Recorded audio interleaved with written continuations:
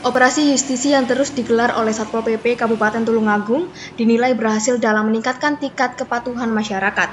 Mereka mulai sadar akan pentingnya mengenakan masker saat berada di luar rumah. Keberhasilan ini juga terlihat dari jumlah pelanggar yang terus mengalami penurunan setiap harinya. Hingga akhir bulan Oktober lalu, total jumlah pelanggar yang terjaring dalam operasi justisi ini mencapai 631 orang.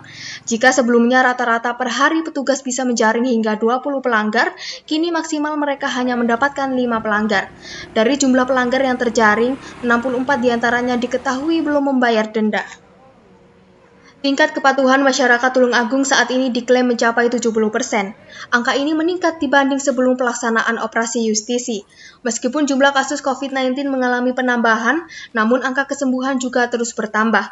Hingga saat ini persentase kesembuhan pasien COVID-19 mencapai 92%. Jadi kita kalau melihat data-data, kita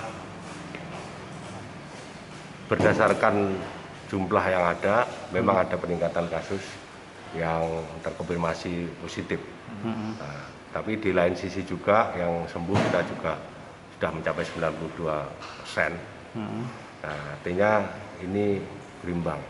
Terkait dengan operasi justisi, ini memang meningkatkan orang yang patuh terhadap protokol kesehatan. Orang yang patuh terhadap protokol kesehatan. Tapi untuk jumlah operasi justisi yang dilakukan dan jumlah pemutusan rantai ini masih kita terus lakukan perhitungan, ya kan? Artinya ketika orang semakin patuh mematuhi protokol kesehatan, itu kok apakah juga nanti kita seiring banyaknya yang sembuh atau terhambatnya proses transmisi ini. Gitu. Efektif nggak sih Pak operasi justisi sendiri Pak untuk pencegahan COVID ini Pak?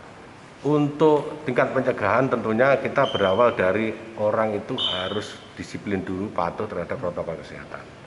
Tentunya semakin banyak yang patuh, ini harapannya kan bahwa penggunaan masker dan protokol kesehatan adalah untuk menghambat atau memutus rantai penyebaran COVID.